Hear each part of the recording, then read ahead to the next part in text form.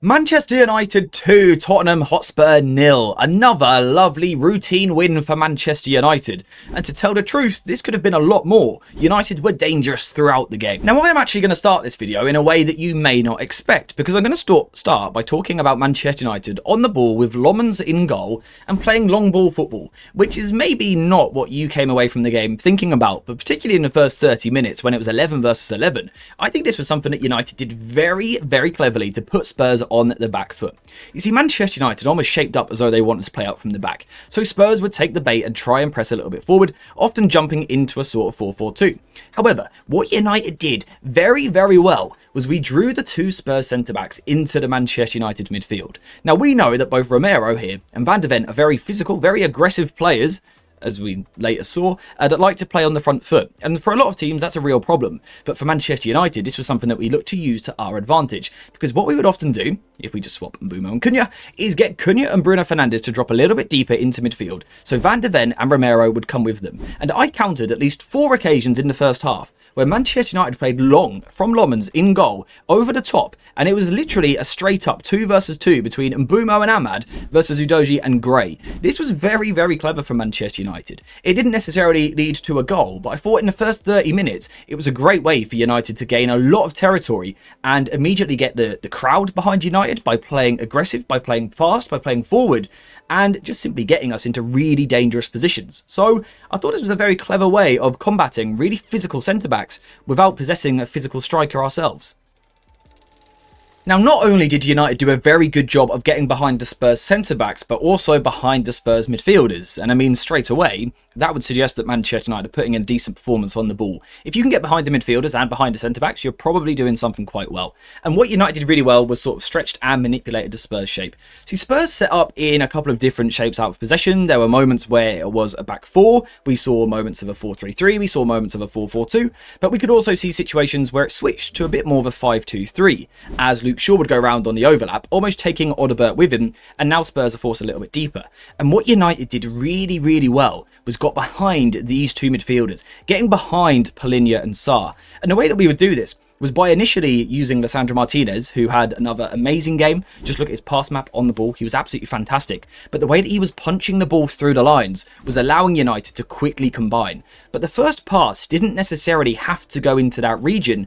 We could almost bounce the ball into that position. So Lisandro Martinez, for example, could pick the ball up here. He could fire it through to Mbeumo, and Mbeumo could play that first-time layoff off to Bruno Fernandes. Or it could be Casemiro, and it got us into some great zones. Now, particularly in the first half, this is where I felt United looked really dangerous, when the front four could then get close to each other in the middle of the pitch and could combine and could connect. Again, how many times over the past few seasons have we said that these United players look like they don't know each other? They look like they've never met before. It was great to see these United players combining, and I think the technical level on display in the first half I thought was really good, really sharp. From minute 1, I thought United started the game very well, took the ball under pressure and looked after it. I also think Kobbie Mainoo's ability to shift the tempo was fantastic for our central combos. Moments like this where he just takes a Spurs player completely out of the game because he's willing to slow down and then speed up.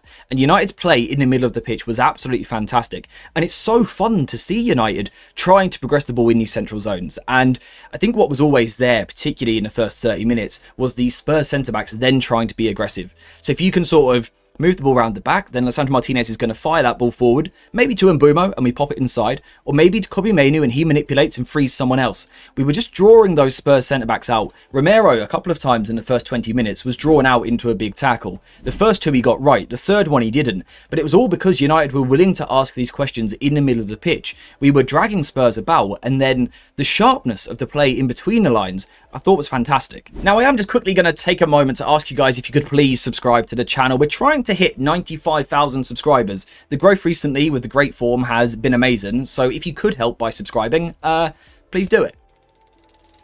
So of course we have United playing quite brightly on the ball. However, Spurs were still in the game for that first 30 minutes. They did sort of throw a couple of counter punches, a couple of moments where they could play out through our press, for example. If you would like to see a video on that during the week, some of the concerns, let me know in the comments down below. But to get back to the positives, Spurs are now down to 10 men. Romero has been sent off for a stupid tackle, to be honest, and they're now down to 10, and they changed to this shape, sort of the 4-4-1. And what Spurs are going to do is make the pitch as small as possible, as you always do with 10. You're going to make the match as disruptive uninterrupted as possible. Take longer on throw-ins, take longer on goal kicks, hold the ball longer. You know, if you go down for a free kick, lay on the floor for a long time. Spurs knew what they were doing. They were trying to kill the tempo of the game. And for a while, it did sort of work. I think they did a very good job of congesting the middle of the pitch. In the second half, I didn't feel that we were quite as sharp for that first 20 minutes. I think there was a lack of tempo and intensity. When we slowed down, we struggled to then re-inject that speed until we went wide of the Spurs block and then tried to come back inside it with diagonal play. Now, when we talk about diagonal play, I think a lot of the time we think about big diagonal switches, right? Picking the ball up here and playing a diagonal over the top. But you can also play diagonally inside the pitch with short passing. And if we just draw a line, I'm talking about diagonals playing like that towards the opposition goal and also like that towards the opposition goal from the other side. And the way that United do this is by getting multiple players on these lines so you can combine and sequence your way through on a diagonal angle slowly towards the Spurs goal. So, of course, Cunha as the striker is going to be part of that, sometimes dropping off the lines and coming into these positions. But also, because United were against 10 men, even Dalot would join in. We were now only building possession with 2 centre-backs most of the time, because we were trying to be more aggressive. So Dalot was released to play a little bit further forward. And this is when we could get multiple bodies inside the pitch in these diagonal situations. And the reason why these diagonal passes are so dangerous is because the body positioning of the players receiving the ball is so open, which means they can turn at almost any angle. When we play straight passes, let's say Maguire through to Casemiro, it's a straight pass. It's quite difficult to drop the shoulder on this ball because the defender can immediately close you down. When the ball comes across your body diagonally, as Casemiro in this situation here, you can either take your first touch and spring it back to the right hand side, you might take your touch backwards and lay it off, or you might open up your body and let it roll across you, now to the middle of the pitch. If you imagine now that you're Van de Ven in that situation, trying to anticipate that, it becomes very difficult, especially when it's players like Cunha picking the ball up, when it's Bruno Fernandes, who was toying with this Spurs team, or it's Brian Mbeumo, or even Ahmad. Lots of quality, and these diagonal passes, piercing from outside, inside the Spurs block, was very, very dangerous for United. Now, we didn't quite click in the way that we would want. We couldn't quite get that final ball, we couldn't quite get that last moment, but it was a way that we relentlessly asked questions of these Spurs defenders. We kept going from wide and piercing into the lines, into these positions. And, you know, when you can combine in a line like that diagonally, you can see where you end up. You end up in line with the opposition's goal, which ultimately is the prime position to score goals from. So it didn't necessarily lead directly to a goal, but I thought it was a way that United were very good at asking questions of Spurs. And you do that enough over the course of 90 minutes and you've got quality players. Eventually it's going to tell. Eventually you're going to wear them down. Now, the other thing that we have to touch on is another extremely technical performance from Manchester United. I think physically our application looked good. Again, defensively we were working hard. We were winning a lot of duels. I think Kobbie Mainoo, for example, was brilliant in the air in this game. So United battled well. But on the ball, I think when we looked confident, you could feel sort of this calmness upon the Manchester United players, and they looked like they could knock the ball about. I think the technical level was very good. But something that we did really well, once again, was use those wide 2 versus 2 situations, particularly if the ball is on the left. And we know what United are trying to do at the moment. We like to get lots of players near the ball in situations like this, ask them to combine and play in these tight spaces, with the aim of eventually trying to get to the ball to the far side, and now play a 2 versus 2. Now, that doesn't necessarily have to be a long 50-yard raking switch of play. Sometimes you can do it by laying the ball backwards and then moving the ball wide. But again, you can see United getting into these 2 versus 2s, and we look very dangerous when we do this. But what I loved was when we got ourselves into the final third, there were numbers in the box. And for me, you know, that's a must at Manchester United. You have to have plenty of numbers in the box. You have to have players to aim for, especially when we're not playing a proper striker. In this game, we saw moments where Cunha was up front, and we also saw spells where Mbeumo was up front. And they're both good players. They both score a good amount of goals, but they're not a proper box presence. So to really be effective, to really ask questions, I think you've got to get numbers in there. And if you look at this situation here, or this situation here, or even this one, there's plenty of Manchester United players in the Spurs box. And I think the mentality was very good from United today. Some teams, when you play against 10, you take your foot off the gas, you almost give the opposition a little bit too much respect sometimes, and you play too easily against them, and you let the opposition grow back into the game.